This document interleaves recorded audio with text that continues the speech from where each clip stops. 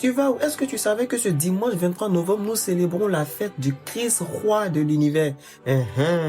C'était la question de la semaine et la bonne réponse nous a été donnée par plusieurs personnes, dont Bernadette Bacho. Mais que retenir de cette solennité et quelle en est sa particularité? Si tu veux connaître ça, alors reste jusqu'à la fin de cette vidéo. Mais avant, faut partager. Il faut partager. Tu vois juste en bas là, tu as l'occasion de republier. Il faut partager, il faut pas garder ça pour toi seul. Pas tu as fait te supplier, c'est ton attente pour débuter. C'est en 1925 que la fête du Christ roi de l'univers fut approuvée.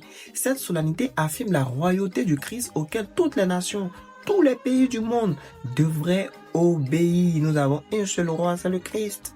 Cette fête-là nous résume ce que Dieu est réellement, le principe et la fin de toutes choses.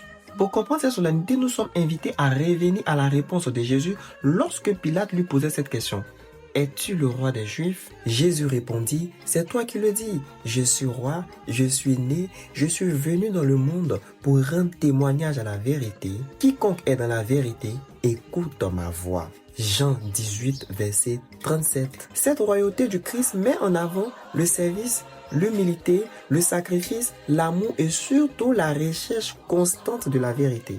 L'enseignement à tirer de cette fête est de ne jamais se détourner du regard bienveillant de Dieu. Ce regard d'amour nous conduit par l'Église sur le chemin de la vérité. Et au centre de cette royauté que nous célébrons, nous retrouvons la miséricorde de Dieu qui est pour nous chemin de vie. Alors, quelle est la particularité liturgique de cette solennité?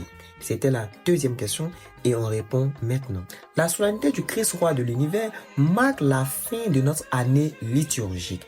Plusieurs personnes ont dit qu'elle marque aussi le début. Non, elle marque simplement la fin. Nous sommes au dernier dimanche de l'année liturgique, mais techniquement, nous ne sommes pas au dernier jour. Parce que le dernier jour de l'année liturgique sera le samedi qui vient.